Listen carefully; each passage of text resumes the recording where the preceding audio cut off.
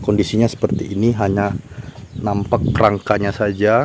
Mobil dinas di Bengkulu dikembalikan tinggal kerangka, Sekda Hartono minta mantan Kabid tanggung jawab. Satu unit mobil dinas pemerintah Kabupaten Kepahyang dikembalikan kondisi tak bisa lagi digunakan.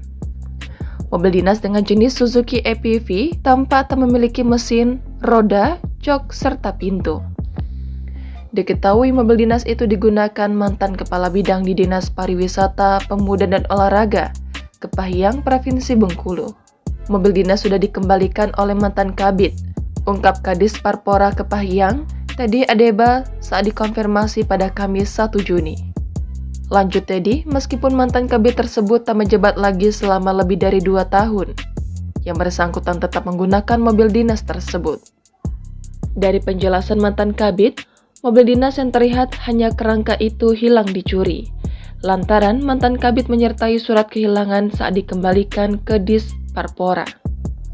Mobil dinas itu kemarin terparkir di lingkungan rumah mantan Kabid hingga dikembalikan dalam kondisi tak bisa digunakan lagi, tuturnya. Sementara itu, Sekretaris Daerah Kepahyang Hartono meminta Dis Parpora seharusnya tak percaya begitu saja dengan mantan Kabid tersebut. Mobil dinas tersebut merupakan aset negara. Mantan Kabid tersebut harus mengganti kerugian karena sebagai pemakai wajib bertanggung jawab dengan aset. Jelas Sekda Kepahyang.